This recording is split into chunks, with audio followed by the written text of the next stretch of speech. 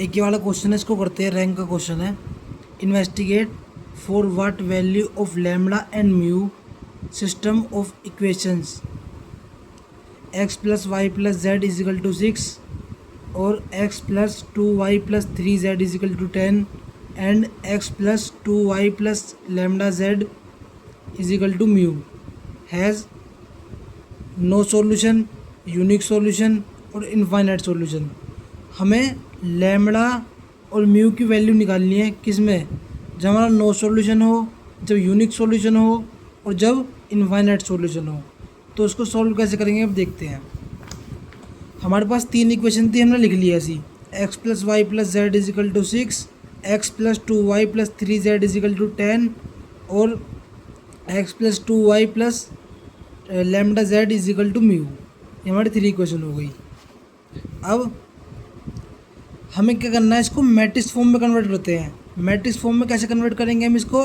A x is equal to be है ना, ये ए एक्स इजिकल टू बी, तो इसकी फॉर्म में हम इसे कन्वर्ट कर देंगे। इससे कैसे कन्वर्ट करेंगे, देखिए यहाँ पर किसका कोफिशिएंट क्या है? 1, तो हमने यहाँ पर लिख दिया 1। ऐसे यहाँ पर कितना है? 1, यहाँ पर लिख दिया हमने 1। थर्ड इक्वेशन में देखो 1, यहाँ पर आ गया 1। यहाँ पर भी 1 है इसकी वाई की जगह पे, तो हमने लिख दिया यहाँ पर 1। तो ऐसे ही 2y है, यहाँ पर इसका कोफिशिएंट 2 है, तो 2 हमने लिख दिया यहाँ पर 2। तो ऐसे ही यहाँ पर 2 है, तो हमने यहाँ पर लिख दिया 2। और यहाँ पर 1 और 3, तो 3 और लैम्बडा से लैम्बडा लगा दिया हमने यहाँ पे। और बाकी जितने बचे यहाँ पर लिख देंगे एक्स वाई जेड, क्योंकि ये 3x3 की मैट्रिक्स है, तो इसके जो वैल्यू पेयर बनेंगे एक्स वाई जेड बनेंगे। और इजिकल टू में लिख दिया हमने जो हमारी वैल्यूज़ ये वाली आ रही हैं, फाइनल वैल्यूज़ 6, 10 और लैम्बडा। ये रही 6, 10 और लैम्बडा। अब उसके बाद ए एक्स इजिकल टू जो बी बन चुका है, ये हमारी इक्वेशन बन चुकी है। तो हमें क्या करना पड़ता है, हमें एक सी मैट्रिक्स बनानी पड़ती है। ये सी मैट्रिक्स हमें इसको बनाना पड़ेगा। इसको कैसे बनाते हैं? ए रेशो बी मैट्रिक्स होती है सी मैट्रिक्स। तो अब बनाते हैं इसको हम। पहले ये हमारी ए मैट्रिक्स थी, तो हमने ए मैट्रिक्स को एज इट इज़ उतार लिया, ये रही। अब रेशो लगा करके हमने सी में ए रेशो बी मैट्रिक्स लिख ली। ये हमारी बी मैट्रिक्स है, तो हमने इसको यहाँ पर लिख दिया, ये 6 लैम्बडा 10। तो अब हमें क्या करना है, इनमें कुछ ऐसे ऑपरेशन परफॉर्म करने हैं ताकि हमारी ये 1 2 3 यहाँ के एलिमेंट 0 हो जाएं। हमें ऐसे ऑपरेशन परफॉर्म करने हैं हमारे यहाँ के एलिमेंट 0 हो जाएं, ताकि एक साइड के सारे एलिमेंट बच जाएं, जिससे हमें क्या आसानी हो जाएगी, हमें लैम्बडा और म्यू की वैल्यू निकालनी आसानी हो जाएगी।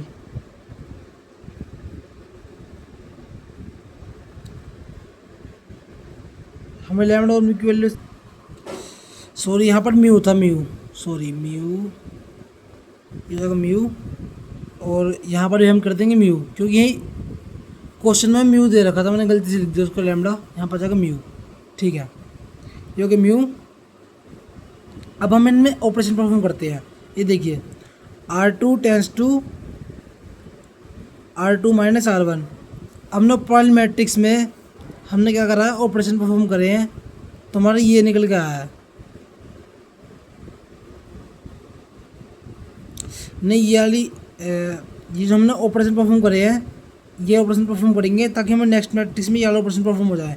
देखिए R2 tense to R2 minus R1, तो R2 में क्या करना है, हमें R1 को माइनस करना है। ठीक है, 1 माइनस 1 0, जैसे कि मैंने कहा था कि हमें 0 बनाना है इसको, तो हमने इसको भी 0 कर दिया। अब 2 माइनस 1 कितना हो जाएगा यहाँ पर 1। ऐसे ही 3 माइनस 1 हो जाएगा यहाँ पर 2, और 10 माइनस 6 इजिकल टू 4। तो हमें इसको भी 0 बनाना है। अब 0 कैसे बनाएंगे, अब इसको इससे माइनस कर देंगे। देखिए अब यहाँ पर R3 आएगा, R3, ये R3 tense to R3 minus R1। अब ये तो 0 बन चुका है, तो R3 में क्या करेंगे हम, R3 से R1 को माइनस कर देंगे। ठीक है, 1 माइनस 1 हो जाएगा 0।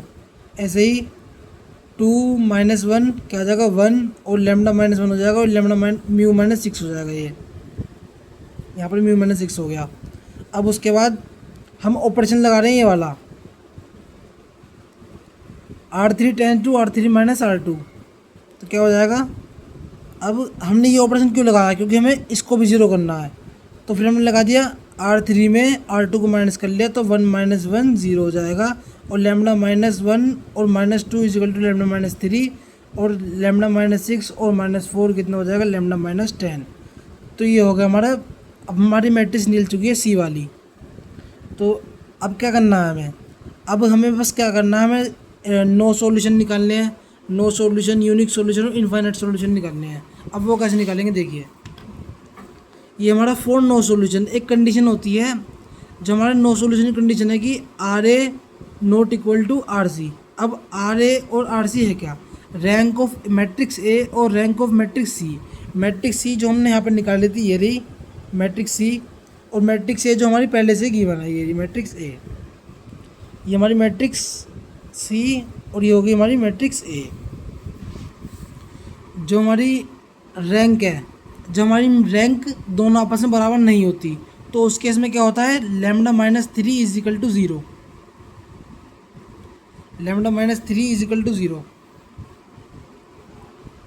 अब हमें रैंक इसकी और इसकी हमें पता नहीं है, क्योंकि यहाँ पर हमारा क्या है, लैम्डा है।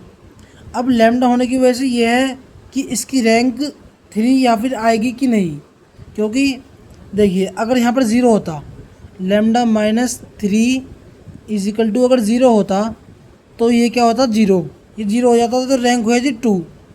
तो रैंक जब 2 होती है तब क्या होता है, जब रैंक 2 हो जाएगी तो उसकी वजह से ये आपस में बराबर नहीं हो पाएंगे, मतलब आर ऑफ ए और आर ऑफ सी आपस में बराबर नहीं हो पाएंगे।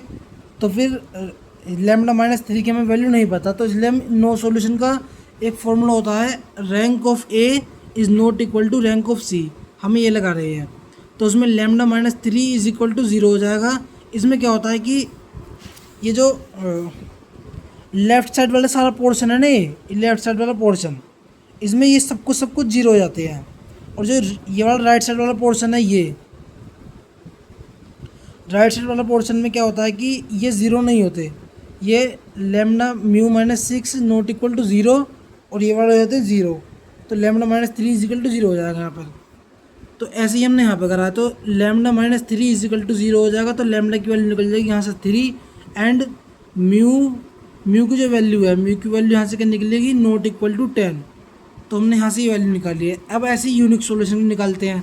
यूनिक सोल्यूशन में क्या होता है कि आर ऑफ ए और जो है आर ऑफ सी, मतलब रैंक ऑफ ए और रैंक ऑफ सी आपस में बराबर हैं। किसके बराबर है कि इनकी जो वो आ रही है 3 के बराबर होगी, क्योंकि हमारी 3 क्रॉस 3 की मैट्रिक्स थी, इसलिए हमने यहाँ पर 3 लिया है।